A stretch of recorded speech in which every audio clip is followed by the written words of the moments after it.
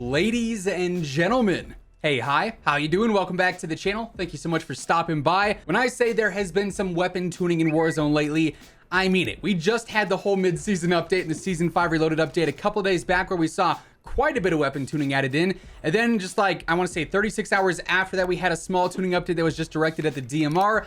And now, not that many days removed from the mid-season update and from the last little tuning update, we just got another major weapon changes and attachment changes update that shifted around quite a bit. We saw changes to the Farah, to the Krig, to the OTS, to the Tech-9, quite a few main meta weapons. So we are once again going to be revisiting what the best weapons in the current meta are, the main top and meta weapons you want to look at, some of the more competitive weapons, and what's also sort of just generally viable in this current Warzone meta, because it's been changing around quite a bit recently. So there's a lot to sort of figure out when it comes to what weapons you want to be using. So as we go through it all today, if you enjoy the video or if you find it helpful, let me know by dropping a like on it. It really does help out the channel. And of course, if you're new here or if you haven't already subscribed, something like 15,000 new viewers every single day are checking out the videos for the first time. So if that's you and you want to stay up to date with everything going on in COD, this is the place to be. So feel free to subscribe with your notifications turned on. So as mentioned, we've got our tier list here. This is a very, very familiar, list at this point because we've been looking at it a lot lately.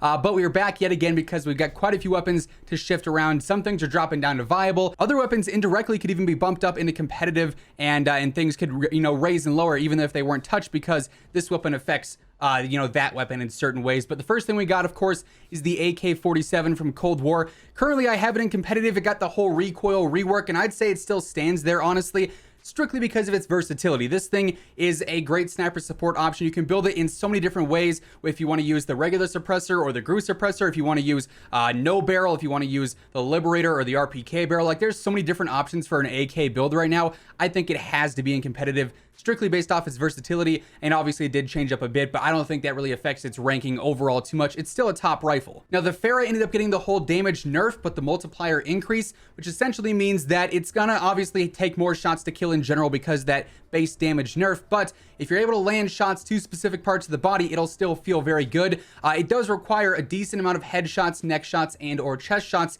to have that solid TTK. It is still going to be very easy to use. Like, the recoil on it is super minimal in my opinion. It's a very easy pattern to learn, minus the horizontal recoil.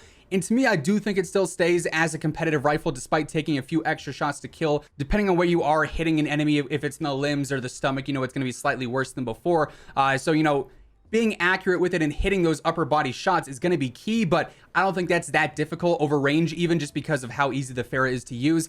That, the Krig, and the QBZ are like the main low recoil, long range weapons in my opinion, and I think honestly the Farah is my top choice out of all of those, just based off of how it feels. So that one I am also going to leave in competitive. Now, the Krig I have in competitive, and this is going to be the first major change, this absolutely gets dropped down to viable.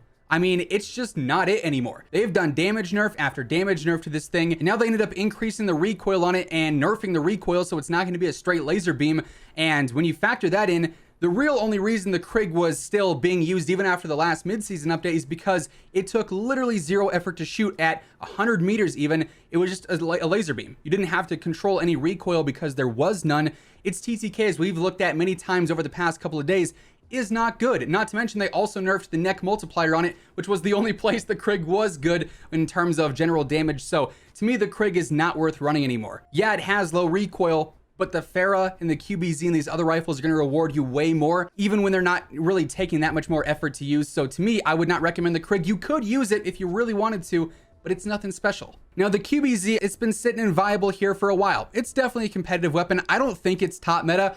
For me personally, I'm not a big QBZ fan. It just has that awkward feel in game. It has that weird bounce with the recoil on there. Even though the recoil is very basic and minimal and it's super, super easy to control, it has that awkward bounce that the PPSH had before. So to me, I'm just not a huge fan of how the QBZ physically feels in game. There's no denying though, its stats are great. It is basically what the Krig was before when it was a top meta weapon, just slightly altered in, other categories with mobility and with different properties here and there. But the QBZ is a great weapon. It did get some reworks with its recoil and actually got a recoil increase, so it's not going to be as much of a laser beam. But Raven specifically said they wanted this to be one of the main long-range meta weapons, so it's got to be competitive. There's no denying the fact that it is competitive, but personally, I'm not a huge fan of it. Now, one of my least favorite nerfs in this update is the fact that they nerfed the Krig. They ended up doing a damage nerf to it. They increased the multiplier to the head, but they also nerfed the neck multiplier on it as well. So a lot of nerfs to this, primarily with a small buff to the headshot multiplier. It basically just makes you have to be way more accurate for this to have that solid TTK. So I can't sit here and say it's a top meta weapon anymore. I still like it, and based off what I've played with it already, it doesn't feel awful if you can actually land those, upper torso, neck, and headshots like most of the other weapons in the game, honestly. But it does take a lot more skill to use, and the recoil nerf that it got obviously makes it a bit more difficult to consistently land those upper body shots. So it has a more difficult ease of use now. It's not going to be super straightforward. Obviously, you have that smaller magazine, which isn't super ideal, and its damage got nerfed as well. So it's still, I think, one of those better options, especially if you're a high skill player. If you're someone who has an above average KD and can control recoil well, I still think the OTS is going to be a good option. But it's not top meta anymore, and it's definitely not the standout #1 SMG anymore. Now, next up, the Tech 9 did also receive a nerf, and this one is a tricky one for me because I do think the Tech 9 has a place in competitive, but it's also not like a top choice to me. Like, I would still take the OTS over it. I would still take the PPSH over it, the MP5s over it, the Bullfrog over it, the MAC-10 over it. It's not a weapon that I really feel like is all that great, and so I'm really tempted to drop it down into the viable category, but its stats, despite receiving some nerfs, still aren't the worst in the world. You can use it semi-auto, burst, or fully auto, and it's going to be, competitive enough, but there are better choices. So I'm not going to lie, I'd like to hear your guys' opinion on this one. Should this really sit in viable or competitive? Because I think there's better options in competitive, but I also think that it's, I would choose it over pretty much everything that's in viable. So kind of a tricky one there. Just for what it's worth, though, and for the sake of this video, it's not as good as it was before. Now, the Stoner also gets dropped down into competitive. They ended up nerfing the recoil on it. They made it a bit slower. All around, the Stoner was probably the #1 LMG choice in the game.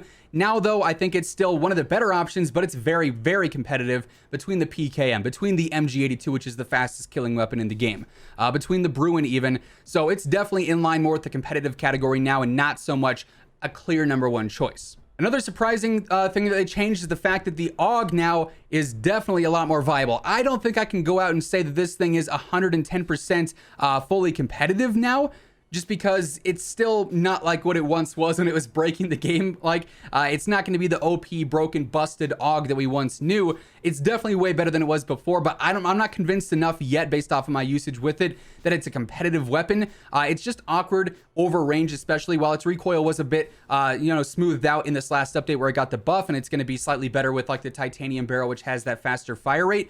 I still primarily see this being like a medium range rifle.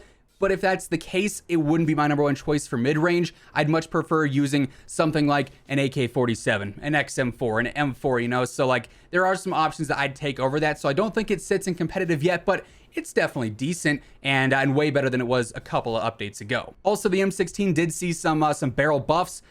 Doesn't make it anything better than viable, again, in my opinion. It's borderline competitive, just like the AUG, but I don't think it's anything to write home about at the current moment. Usable, but by no means crazy overpowered. Now, a few other updates I actually want to make. The Psychov nerf from a while ago definitely brings that more down into viable. The AMP-63 is updated on here now. Definitely a competitive pistol in the current meta.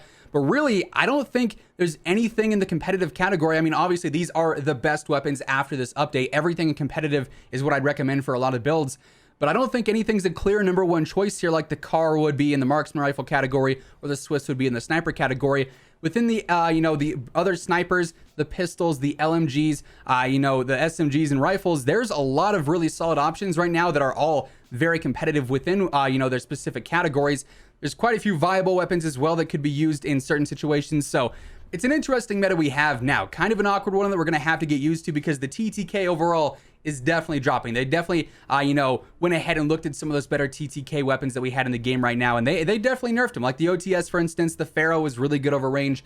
You're not going to see them dominating like they were before, but there's still solid options. Overall, I like this, though. You clearly have a lot of choices, and I like that. Obviously, we're pushing for the most open meta possible. I'm curious to see where we go from this point, though. But for the time being, these are the best weapons. Of course, we want to break down the best loadouts and everything, and we'll be focusing more on that either later today or sometime early tomorrow. So make sure you're subscribed to the channel so you can always stay up to date with everything else going on. And of course, the latest meta updates and the best weapons and everything going on there. If you guys enjoyed this video or if you found it helpful, let me know by dropping a like on it. It would be seriously appreciated. But that's going to do it for today. Once again, thank you so much for tuning in. And until next time, take it easy. Have an awesome rest of your day, and I will catch you guys later. Peace out.